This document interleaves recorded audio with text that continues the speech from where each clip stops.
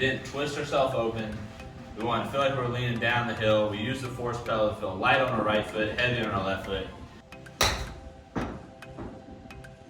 All right, guys, so that last video in the short game, we talked about that little downhill sensation when you're going to hit your short game shots, how you can get set up to that so that you maximize your contact. But we don't want to feel the contact getting like really hard off the face. We don't want the ball leaving fast because then we don't get enough spin, ball rolls out. So we're looking for that 1-to-1 ratio where the club speed and the ball speed are about the same.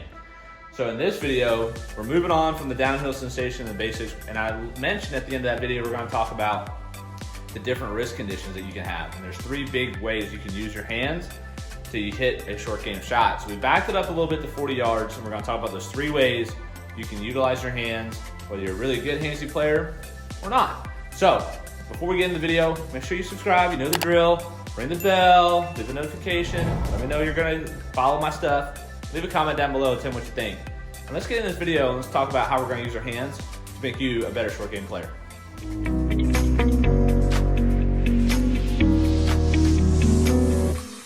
All right, guys, so last video we talked about getting the setup so that we didn't twist ourselves open.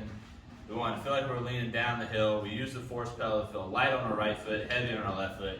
And that was just some simple basic stuff to move your body in the right spot to hit a short game shot. And remember, we're still not at that point where I'm trying to hit the power shot. I'm still trying to hit a little finesse shot. And so right here, I got a 43-yard shot, pins in the back, got plenty of room to play with it. And so what we're gonna do next is we're gonna hit a few of these shots using 3 different wrist conditions.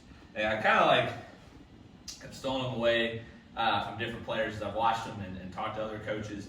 And so the 3 different ways you can do it is you can kind of do it as this. The really handsy version, to a little bit of hands, a little bit of body, and then all body, right? And so there's no right way to do it. It just depends on who you are and how comfortable you are hitting certain shots. I steal a little bit of each depending on where I am and what kind of shot I want to hit. And so we'll talk about that as we break it all up. So let's get into the one that's probably the simplest in the no hands, more body kind of method. So when we're talking about using no hands, obviously we're going to use the hands. We have to. Holds the club, what we do. What I mean by that is we're not going to try and overload the golf club with our hands, because the more I set the club up, the more I have to unload it on the way down and have a lot more of that timing with my hands to be successful. So a lot of juniors are great with this technique where they take their hands out. A lot of older people that don't quite have that feeling in their hands anymore, or beginners, don't really have that sensation. It's a good way to start. And honestly, I steal this on my shorter shots. Now this is a little bit of a longer shot for me. I probably wouldn't adopt this method for myself, as I like to use my hands a lot more. But it's still pretty easy. So what we're gonna try and do is you get your setup. So remember, we're trying to feel the downhill sensation. Left foot is turned back and open, and we're heavy on the lead foot. And so the sensation is like I'm trying to keep my thumbs pointed down, and I'm trying to keep my right arm long and my left arm in line with the shaft. And so I'm not trying to let my right arm bend and let the club head fold up yet. I'm just trying to keep everything long, and then I'm going to use my body to turn and hit the shot. So let's see what I get as I try and do that, and see what TrackMan shows for us.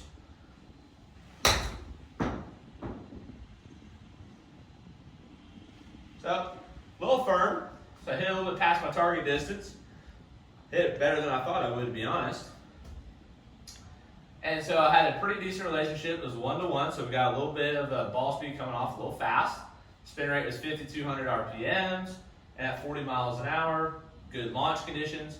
That's a little nugget here. We can talk about this more. But if you're looking at launch characteristics with wedges, you don't want the ball to launch higher than 30 degrees when you're hitting a short little wedge shot. So let's try it again. I just carried that one a little too far. So again, we got right arm staying long, thumb pointed down. Try not to use a little bit of the hands. I'm going to correct my aim because apparently I was aimed a little too far left. Try that again.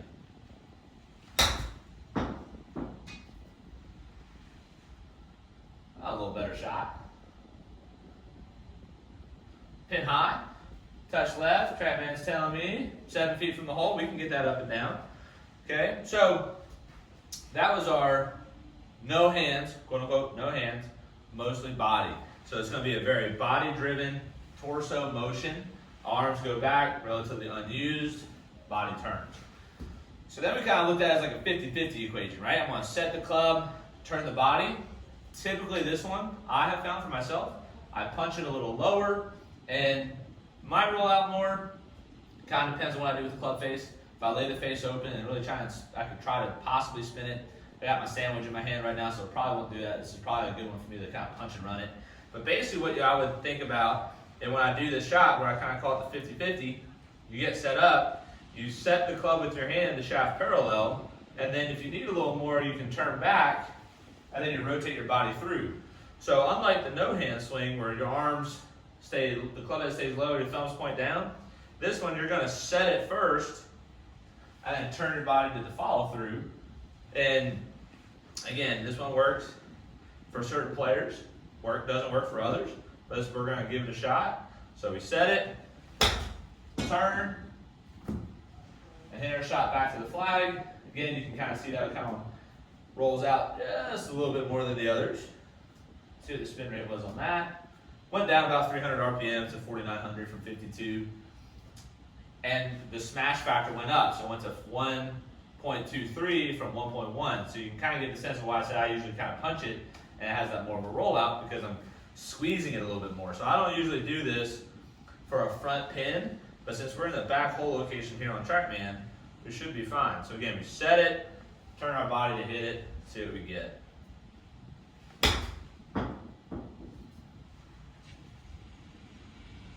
That one had a little bit better bite. I kind of did a better job with the face on that one. Still came off kind of hot though. 1.3 smash, 4,400 on the RPMs. Launched at 26 on the launch angle, so it's a little bit lower. So again, that kind of leaves that punchy kind of shot feel I have. Only carried 29, but again, we're going back to a back pin at 43 and at 4 feet from the hole. So it worked out pretty good.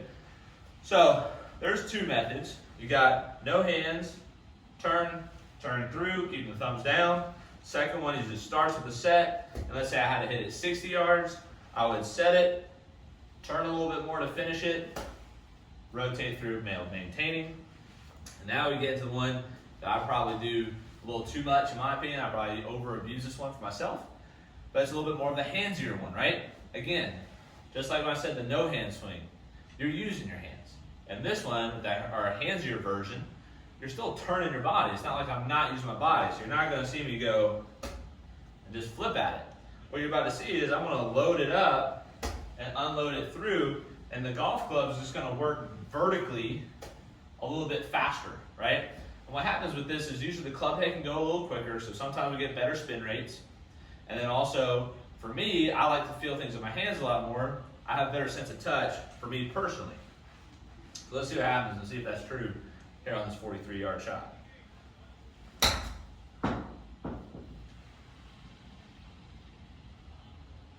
Oh, go in. If you go in, I'm not going to hit anything else.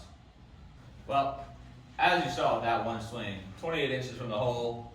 Granted, to be fair, I was multiple shots practice, having hit a few already, but the handsier one's ones I'm more comfortable with. And so I started more online, and I had a little bit more of the shot I like to see. So, again, it kind of depends on the player. Now, the one thing that I would say about the little handsier shot, the feeling I like to get, is I like to feel like I park the golf club in my pocket. And the one where I don't use my hands as much, I kind of feel like the club is more away from my pocket in the follow through. So you got three different options. You have no hands. You have start with hands, finish with body. And then you got a lot of hands, the body's a little passive. Any three of those are good for you. Try them all out, see which one you like. Like I said, as I get closer, I kind of like the no hands options. It usually works out for me a little better. Give it a go, tell me what you think, and leave it down in the comments below. And see what else you need a question to answer about a short game, and we can go out on the golf course and try some shots out there in the future. And so, here in the next series, I'm going to talk about a little bit about some distance wedging stuff. So we're going to talk about how you can control different yardages, what you can do for that. And so with that, we're going to wrap this video up. Thank you for watching. Be on the lookout for our next series when we start talking about learning how to judge some yardages.